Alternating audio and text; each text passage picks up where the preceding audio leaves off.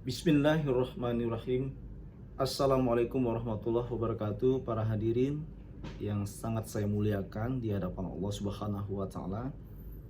Jazakallah, semoga kita semua selalu dalam lindungan Allah dan diberikan rezeki yang melimpah apabila kita selalu berbuat yang terbaik dan memohon kepada Allah bahwa kita adalah umat yang selalu bersyukur. Masih bersama saya Aswas Prof. Dr. Yulian Azhari. Jangan lupa bantu like, komen yang membangun, dan bantu share channel support dan doa kita ini buat channel kita bersama, yaitu channel YouTube Dr. Yulian Azhari. Hadirin yang berbahagia, kita melihat fenomena. Jadi ini bukan fenomena, gimana ya, segala sesuatu itu adalah hidayah, keberuntungan kalau kita lihat, yaitu seseorang yang hijrah ke sesuatu yang lebih baik untuk mencari ridho Allah, intinya untuk mencari ketenangan hidup, mencari restu dan ridho Allah sang ilahi. Kita melihat sahabat kita Bobon Santoso yang dikenal sebagai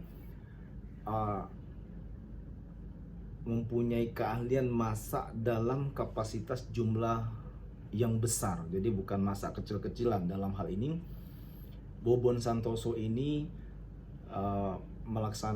sering melaksanakan masak dengan jumlah yang sangat besar dan istimewa, dengan kuali yang besar. Tetapi juga masakan ini juga sangat unik ya. Dia juga sering juga memasak hewan-hewan yang ekstrim, seperti ada kecoa, ada kelabang, ada cicak ya, yang selama ini ya, setelah dia yang telah dilakukan, kita banyak sekali melihat, karena juga sebagai suatu yang unik, tetapi menjadikan hiburan juga buat masyarakat. Nah, dalam hal ini perjalanan hidup itu kan tidak ujuk-ujuk dan tidak mungkin tiba-tiba, pasti akan banyak mengalami suatu tingkatan hidayah, sehingga pada endingnya seseorang itu memeluk Islam atau memahami Islam. Nah, ini adalah semua takdir ya. Rukun iman yang keenam itu adalah percaya kepada takdir Allah. Percaya kepada Allah itu yang pertama ya. Kita percaya kepada semua yang ditentukan oleh Allah Subhanahu wa taala. Beliau mencari ridho Allah, ridho Tuhan, sehingga beliau memutuskan untuk memeluk Islam. Nah, ini sebagai rasa syukur terhadap beliau. Dan kita pun juga tidak ada unsur paksaan ya, seseorang mau beragama apapun, karena di negara kita sesuai dengan hukum positif yang berlaku di negara kita, ada beberapa agama yang disahkan di negara kita yang tercinta, yaitu ada Islam, ada Katolik, ada Kristen Protestan, ada Buddha, ada Hindu, Konghucu, aliran kepercayaan dan seterusnya. Nah, diantaranya itu ya, diantaranya agama-agama yang disahkan di negara kita. Nah, siapapun orangnya yang meyakini untuk memeluk agama di antara yang kita sebutkan tadi, itu dia sah menjadi warga negara Indonesia. Banyak yang memperkuat di pasal 29 Undang-Undang Dasar 45 ya, pasal 27 dan seterusnya, yang intinya memberikan kebebasan kita untuk memeluk agama sesuai yang kita yakini, dan begitu juga kita juga berhak mendapat penghidupan yang layak. Intinya kita diberikan kemerdekaan, kebebasan untuk melakukan hal ini yang mana buat kita nyaman, yang mana buat diri kita bisa menjadi warga negara yang baik. Itu saja intinya, bisa menjadi warga negara Indonesia yang baik di mata Tuhan dan baik di mata negara kita, di mata pemerintahan juga. Hadirin yang berbahagia, unik sekali ya, dan sangat, kalau kita melihat ya, kalau sedang masak berskala besar dan ada juga hewan kecoa, hewan kelabang dan seterusnya, cicak ya, Sebenarnya di dalam Islam kenapa diharamkan hal-hal ini, binatang-binatang ini, karena binatang-binatang itu kan cukup kotor ya. Kecoa itu adanya di tempat-tempat yang kotor. Cicak juga semua makanan, semua kotoran dimakan. Dan seterusnya hewan-hewan ekstrim yang kotor. Dan hewan-hewan yang kotor itu di dalam ajaran agama kita kan juga tidak boleh dimakan ya. Intinya segala sesuatu yang akan mengundang penyakit dan akan mematikan kita itu diharamkan di ajaran agama Islam. Nah, itu mungkin sebagai referensi perbaikan dari Mas Bobon Santoso. Beliau seorang ahli masak dan ahli menu dan seterusnya ya, ahli gizi dan seterusnya. Ya insya Allah dengan hidayah, dengan peristiwa ini menjadikan dia seorang yang Islam mualaf, yang mualaf yang sangat barokah, tawadu, istiqomah di hadapan Allah Subhanahu wa taala. Sehingga nanti beliau dan kita semua pasti ingin bercita-cita untuk menghadap Allah itu dengan kondisi husnul khotimah, dengan kondisi beriman. Karena Allah telah berfirman di surat Ali Imran ayat 102, Allah berfirman, Bismillahirrahmanirrahim. Ya ayyuhalladzina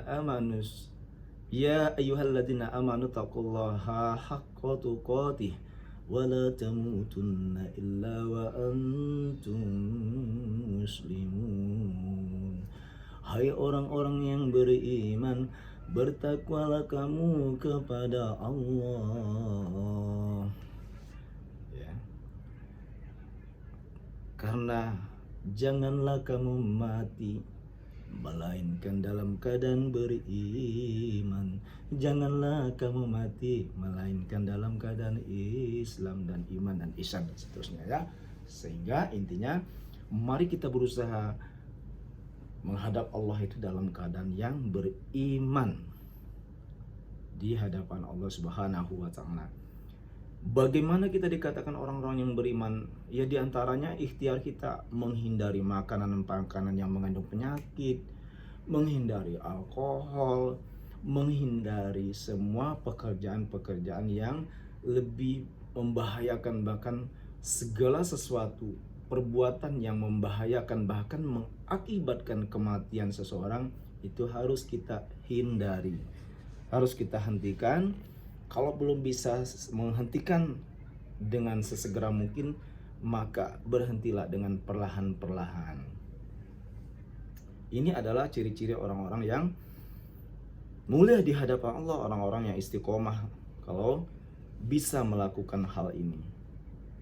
Dan sebaliknya orang-orang yang tidak bisa meninggalkan kebiasaan buruknya, ya seperti minuman alkohol, minuman keras, selalu sering berjudi, padahal pemerintah sudah menegaskan, diberikan aturan hukumnya, dilarang untuk melakukan judi online dan minuman keras. Juga dilarang kita untuk melakukan hal-hal yang mematikan.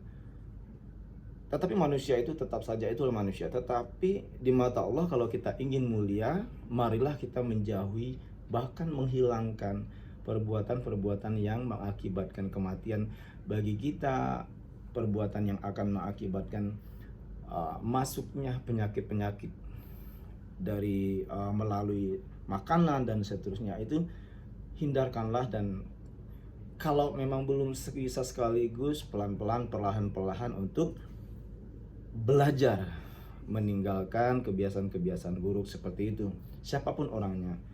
Nah ini memang diatur di ajaran agama kita, bahwa berjalanlah kamu di muka bumi ini dengan memuliakan diri. Jadi kita harus mulia, sering ya berjalan dengan para ulama, berjalan dengan pada tokoh-tokoh masyarakat yang kita kenal baik, yang kita kagumi karena keilmuan dan kepribadiannya. Dan jangan lupa banyak berdoa, serta dikatakan memuliakan diri. Berjalan di muka bumi ini, kita juga sudah terbiasa atau membiasakan menanamkan diri kita untuk selalu meninggalkan kebiasaan-kebiasaan buruk, baik itu dari sisi makanan ataupun sifat-sifat lainnya yang tidak diridhoi oleh Allah Subhanahu wa taala. Terima kasih, jazakallah.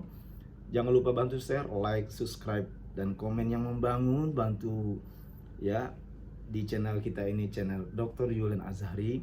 Wallahul muwaffiq ila aqwamit thoriq. Wassalamualaikum warahmatullahi wabarakatuh.